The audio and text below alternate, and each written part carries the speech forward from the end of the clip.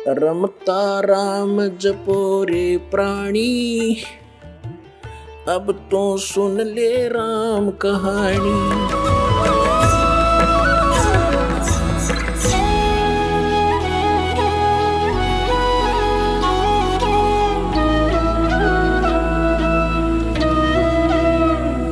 अब वहां से चलकर आगे शेख तकी की तो मां मर गई। उसने सोचा चाव था नीचा दिखाना, इसका तो और आदर बढ़ गया। आते ही उसने वही काम किया, मुसलमानों को बहलाया फुसलाया कि ये तो एक काफिर का गुरु बन गया है, ऐसा कर दिया है, ये झूठ बोलता है, मैंने मुर्दे जिंदे कर देता है, ये झूठ बोला है। अब इसकी परीक्षा लेंगे कबीर की। मुसलमानों बोलो तुम्हारी क्या राय है। सब खड़े हो गए, हाँ जैसे तू कहेगा शेख तकी हम तेरे साथ हैं। कि इसकी परीक्षा लेंगे, सरसों के तेल को उबाल कर इसके अंदर इसको डालेंगे, भगवान होगा तो बच जाएगा और काफिर है तो मर जाएगा। सब ने कहा ठीक है ठीक है। हजारों की संख्या में सिकंदर लोधी के रेजिडेंस पर आ गए और देखा वहां पहरेदारों ने आके कहा कि राजन हजारों की संख्या में जनता आई है, पता नहीं क्या डिमांड है।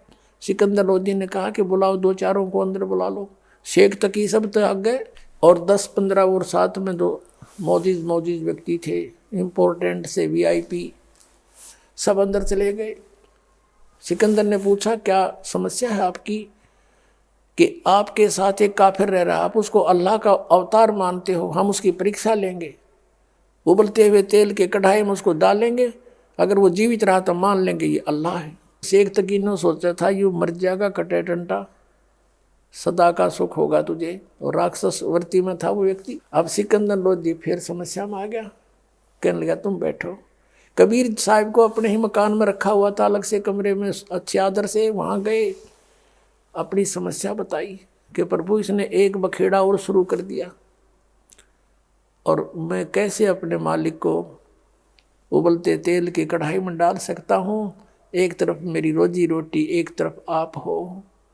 तब उस परमात्मा ने कहा कि उनको कह दे भाई, इन्होंने तो मुझे मारना है, मार लेंगे, इनको कह दे बेटा चिंता ना करे और करो अपना काम, कोई बात नहीं, उबालो एक कढ़ाई, मंगा लो तेल। अब सिकंदर लोधी को विश्वास था कि कुछ नहीं होगा इनके, क्योंकि उनको एक दो ऐसी चमत्कार देख लिए थे। फिर भी मन सोच रहा था कि बने तकी गलत, जय गुरु जी मर गए थे, लेकिन मजबूर था, पब्लिक के सामने राजा के कोई पैर नहीं होते। तो उसी समय वो शेख तकी से कहा कि आप कर लो जी, जैसे करना है। हाँ भर ली, उन्होंने कहा हामी दे दी, यस कर दिया कबीर जी ने, ले लो परीक्षा। अब क्या करा, शेख तकी ने अपने कहा कि तुम बड़ी सी कढ़ाई लाओ और नीचे बड़ा चूल्हा बनाओ और लकड़ कती मोटे मोटे घेर को उबाल दो तेल। ऐसा उबाल दिया जैसे चाय उबला करे तेल सरसों का। और कबीर जी से कहा कि लाओ पकड़ के। और उस दृश्य को देखने के लिए कई हजारों की संख्या में नागरिक आगे। अगले दिन का समय रख दिया था। अब क्या डालो पकड़ के कबीर जी को। शेख तकी कहता है, परमात्मा कहते हैं या सेवा मैं आप कर लूँगा अपनी, तुम मत करो। वहाँ से चलकर परमात्मा और कढ़ाई में प्रवेश करके बैठ गए। कढ़ाई के अंदर इतने हैं, शीश गर्दन से ऊपर ऊपर बाहर हैं और आराम से बैठे यूं। अब शेख तकी ने तेने सोचा था कढ़ाई में पड़े इनका काम बना, तेरे जी सा आ जाएगा, आनंद होगा।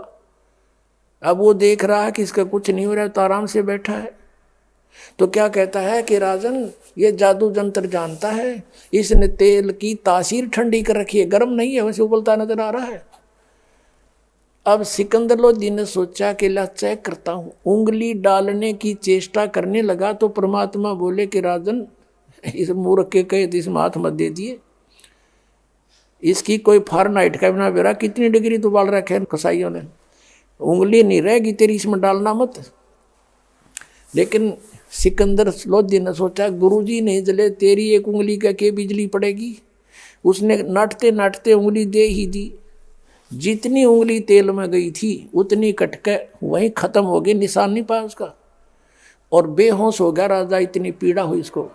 अब देखा राजा बेहोश हो गया, इन मारेंगे, ये मर गया। यू कबीर परमात्मा बाहर आए तेल से निकल कर, और राजा को उन्होंने जैसे भी पानी के छींटे विटे लगा करके होश में लाए, वो फिर इतनी पीड़ा थी, फिर बेहोश हो गया।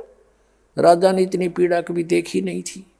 तो परमेश्वर कबीर जी ने पकड़ के उंगली पूरी कर दी, बोलो सतगुरुदेव की जय हो। और सिकंदर लोधी राजा एकदम सचेत हुआ।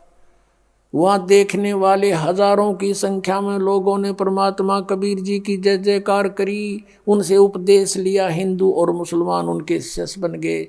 शेख तकी के गढ़ों पानी पड़ गया।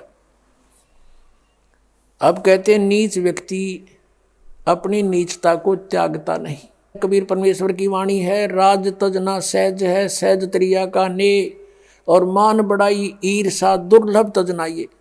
अरे इनके तजे बिना भगवान मिले नहीं। भगत होकर के ऐसी ईर्षा करें तो कहते फिर परमात्मा निकट नहीं आता।